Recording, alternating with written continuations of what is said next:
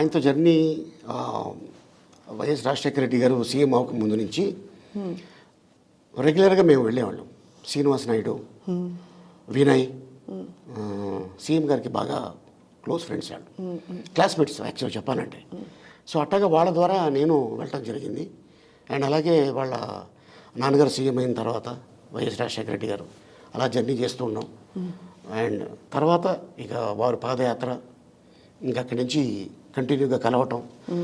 Almost ఇప్పుడు మీకు చెప్పాను కదా మా ఇల్లు ఇక్కడని, నా ఇంటికి 2-3 సార్లు కూడా వచ్చారు ఆయన.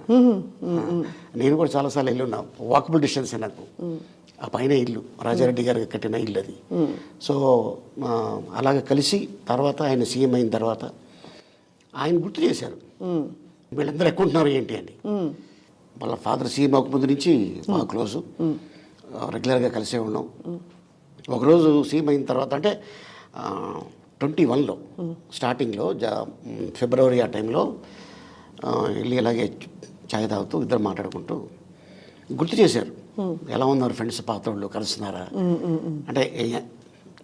సమయం ఆ సందర్భం వచ్చినప్పుడు గుర్తు చేయడం అనేది ఫ్రెండ్స్ని, కలుస్తున్నాం రెగ్యులర్ కాదు అప్పుడప్పుడు కలుస్తుంటాం అని చెప్పడం జరుగుతుంటుంది.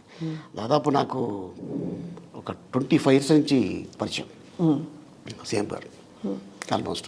ఇంకేమైనా చెప్పండి సార్, మీరు క్వైట్గా ఉన్నారు. మీరు క్వైట్గా ఏం లేదు, బట్ ఏంటంటే అదే.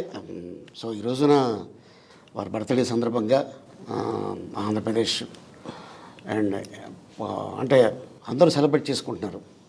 అండ్ ముఖ్యంగా లేడీస్ బాగా సెలబ్రేట్ చేసుకుంటున్నారు. అండ్ ఐ హోప్ డెఫినెట్లీ ఒక మంచి మళ్ళీ డెఫినెట్గా రాబోయే రోజుల్లో అద్భుతమైన విజయం సాధిస్తారని నమ్మకం ఉంది. నెక్స్ట్ ఎలక్షన్ మీరే అంటారు అయితే.